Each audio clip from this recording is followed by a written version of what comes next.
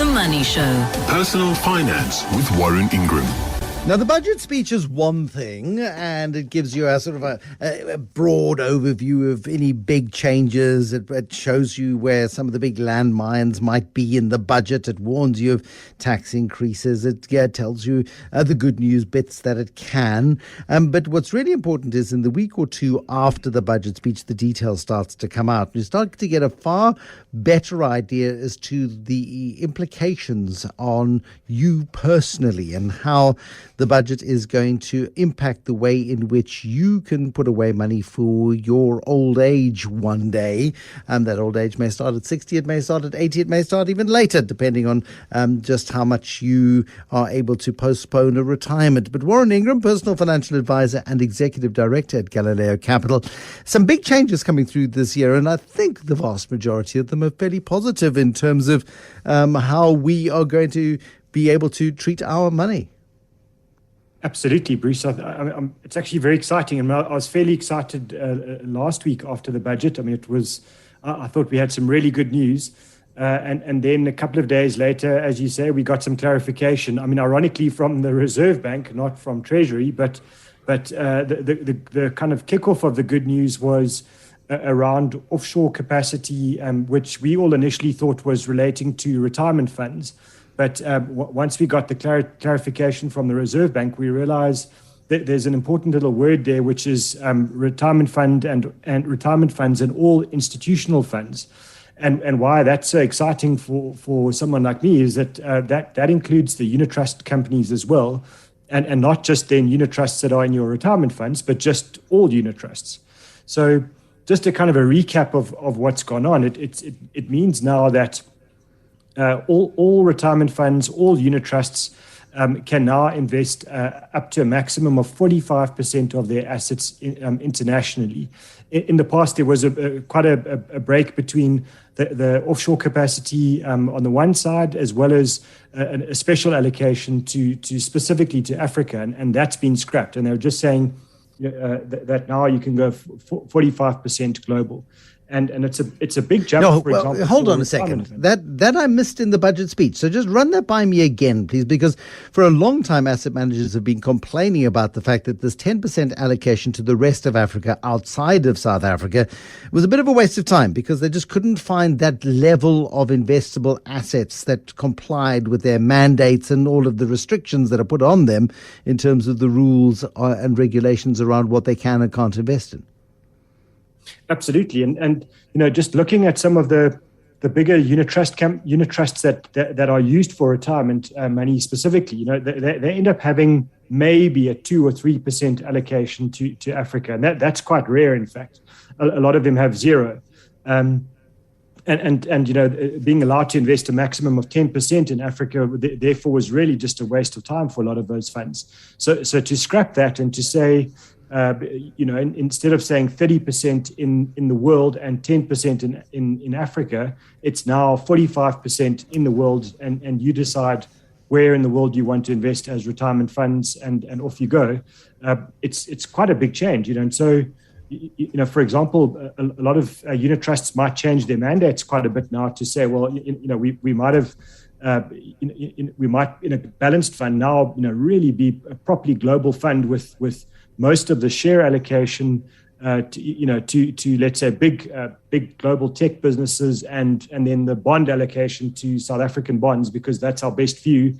And in 5 years' time, it might be big South African mining houses and global bonds. But their range of choices has increased really significantly.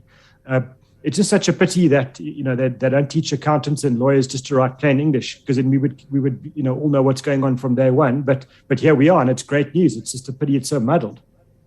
What worries me a little bit is that this is kind of a big opening up of the investment world to many South African fund managers who I'm sure will have capacity in-house to do global investment allocations. But is there enough capacity to embrace this opportunity?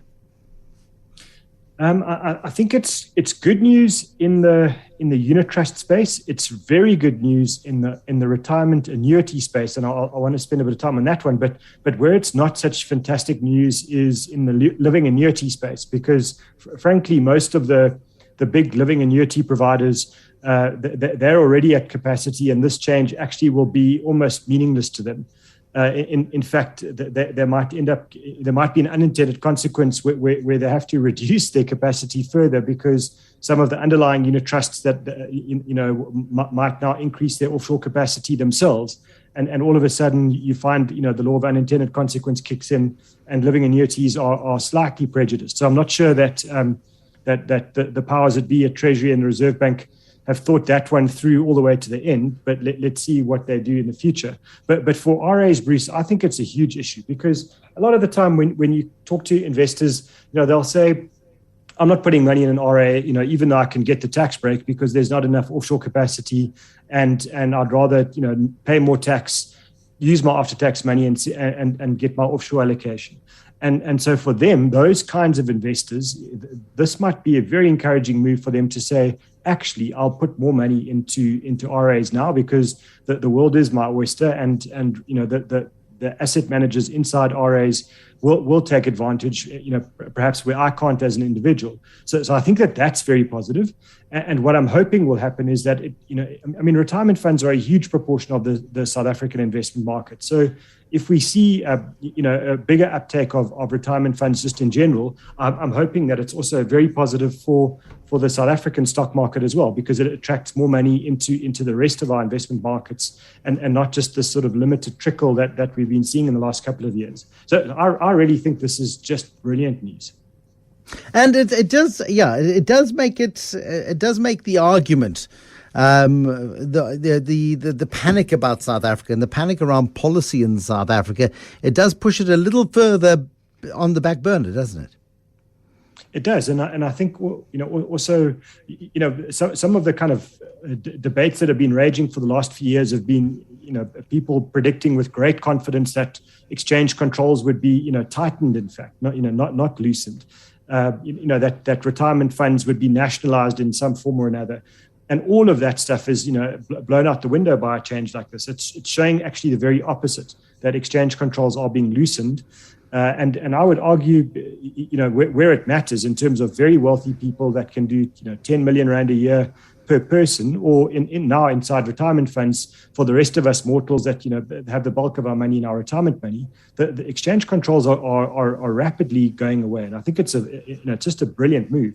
So I think you're right. It sends a big policy signal to all investors, that actually things are loosening up, not tightening up.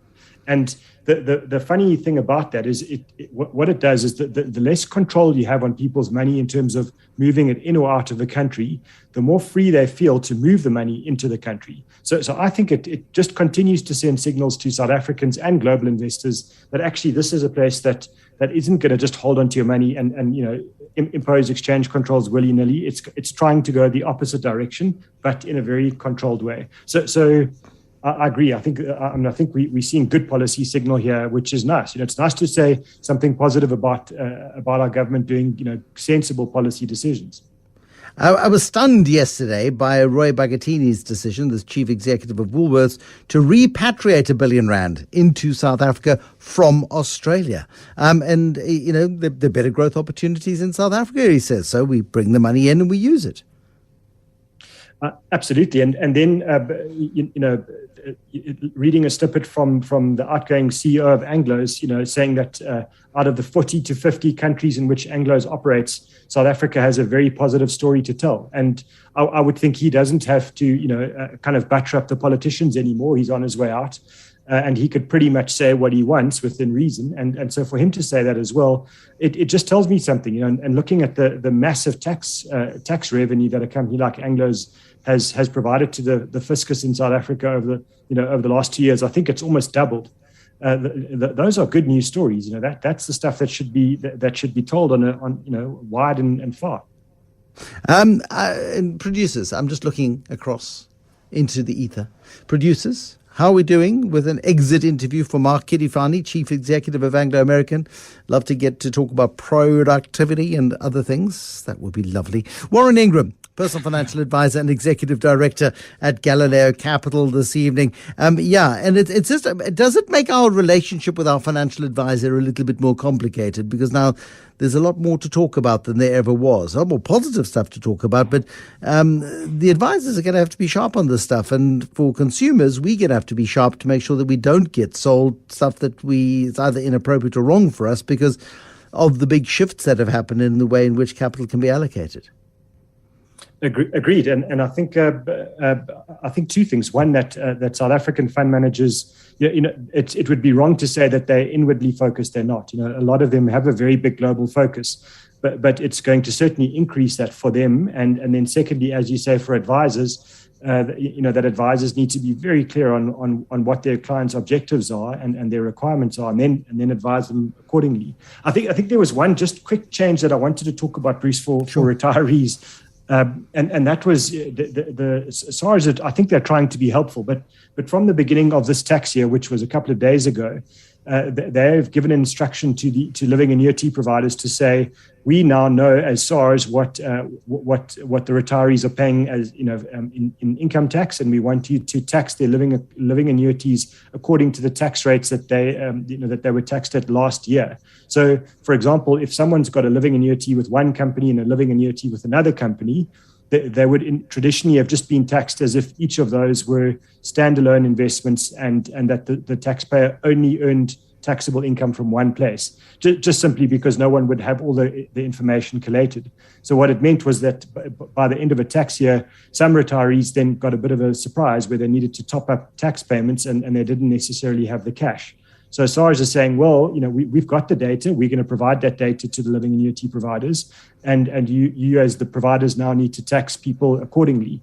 And for most people, I think this is not a bad thing. It's just that it might catch them by surprise that at the end of this month, their tax rate might have been 18% a year last year, and suddenly it's 35% a year.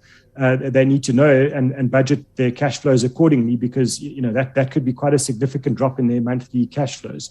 And I'm very sure that your phone lines are going to be going off the hook by the end of March, when people start saying their living annuity providers have been stealing their money, and that's not the case. It's something to know about. Okay. And also just to say that it's something you can opt out of. You don't have to do this. You can go according to your old rate, but you have to opt out. You can't just sit there and do nothing. Thank you, Warren. Very good advice. A question for us this evening from Vincent. And Vincent says, I'd like to invest some money in the Msci World Index. I would like to know if I should use the Msci World Index or the Msci Acwi. How do I determine which one is best for me? I'd also like an answer with subtitles, Warren, coming up in a moment. The Money Show. Personal Finance with Warren Ingram. Yeah, correct me if I'm wrong. MSCI, Morgan Stanley Composite Index, correct? Correct. And they have a whole range of indices. And the World Index, you often talk about the World Index, the Morgan Stanley World Index. You're quite a fan, I think, of the World Index for people who want global diversification. But what is the difference between the MSCI World and the MSCI ACWI, other than it takes longer to say? Super confusing. So this is the joy of financial services businesses. They like to make things confusing. So ironically, the World Index is actually not the world. It consists only of 23 countries, and they are all developed markets. So the generally tend to be the bigger, older economies around the world. So and it's like in South Africa. When we only had the top 40 index for a long time. If you wanted to buy global exposure, the only thing you could buy was the MSCI World. But then the providers of these indices realized that actually there are lots of people that would like to buy the world and not just the developed countries. So then they developed this thing called the All-Country World Index, which consists of those same 23 developed markets, but it adds another 25 emerging markets.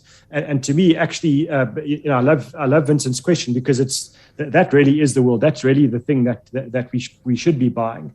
And so it's over 3,000 companies across the world. It's a lovely index, and I'd love the MSCI providers to change their names around to call the one the developed world and the other one the whole world. But that's the answer, Vincent. And if you're asking which one to buy, my view is buy the world. Buy the All Country World Index, because that is the globe, and I think emerging markets are the place to go for the future. Might not be that fun for the next year or two, but that's unique and specific to what's going on in the Ukraine. But I think when that works itself out of the investment markets, then the All Country World Index is certainly the place I'd like to put money. Okay, that's very helpful and well answered on that one, Warren. I mean, also, I was looking at some stats today, and I'm not going to get them exactly right, but the all-share index in dollar terms so far this year is up about 9%. The S&P 500 in dollar terms is down about 12%.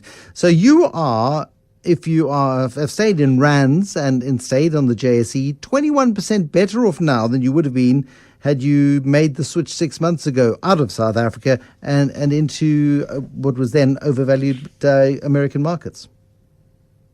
I mean, it's such a sad story that people kind of get flustered and hoodwinked, I guess is the best way I can describe it, into making decisions that are not in their best interest by people who sell fear. And so you're absolutely right. I mean, I think, I'm not saying that we should all keep all our money in South Africa. That doesn't make sense from a diversification point of view. But when the world gets, incredibly uncertain and some parts of the world are going crazy, like the US was in the last few months of last year, then sometimes just staying the course makes all the sense in the world. And that's exactly what you're pointing out is, the markets don't just act in a predictable way all the time. And who would have thought, with this big Ukraine crisis going on, that the rand would be, relatively strong and the JSE would be doing well. It's not necessarily predictable at all. And so much of the money that was in Russia or flowing towards Russia needs a developing market to go to. And I'm sure it's being spread about the world. But I wonder just how much, I don't want to call it a benefit, but how much opportunity has been created for a place like South Africa based on the fact that the world has got a sudden Russia allergy, and lots of money has flowed our way. I think it's a big issue for producers. So, for example, if you're a grain producer in South Africa, the Ukraine accounts for a huge proportion. I think it's a third. Again, rough number, but a third of the world's grain production. So, if they're not going to be able to produce because they're at war now and it is planting season, then that's going to be a market gap that has to be filled by farmers in the rest of the world, and prices will rise for them. So that's certainly one. And then Russia, being a massive producer of palladium, which is used in the auto industry, we're another big producer of that. And so the demand for our goods will rise in that sector as well. And I think across all of our commodities, there will be an uptick in demand. And certainly a place like Australia is going all out, flat out to kind of plug that gap as well. So I think there will be the big resources economies that will see an uptick in demand. As you said, it's very hard to say benefits because this is such a human tragedy, but there will be a hole that has to be filled. And then, I like to catch you out with a phrase of the week or an idea. Sometimes I keep it simple. Sometimes I make it a bit more complicated. Tonight, I think, is one of the trickier ones, but it's not yet of a high enough grade to catch you out. But let's try, what's the Swix Index? It's certainly, it's quite a popular index amongst fund managers who say that, when you judge their performance, you should actually be judging them against this index and not the top 40 index. And if you look at, let's say, the Swix top 40 and the normal JSE top 40 index, the biggest difference between those indices is that the top 40 index includes the shares owned by all investors in our companies. In other words, a company like Richemont, which has a massive overseas shareholder base, and a company like Naspers would be similar, they are included at full weight in the top 40 index. But when you look at the Swix Index, what that does is it says, what is the actual value of South African shareholders of South African companies? So then it would exclude the value that the foreign shareholders own of all of our companies that are listed on the JSE. And so, a company like Richemont, which is at the end of December was number one, the biggest company on the top 40 index, in the Swix Index will be number 8 or something, or number 9. And so it goes from 12 or 15% of the index, of the top 40 index, to only around 3% of the Swix Index. So it basically takes away the big swings of foreign shareholders. And the theory is that it becomes a less volatile index because, as we know, when a foreign fund manager is sitting in London and they just decide to buy emerging markets or just sell, they're not really necessarily looking at every individual company. So they add huge volatility to the market. So the Swix Index is, in theory, slightly more stable, slightly more realistic representation of South African shareholders of the stock exchange.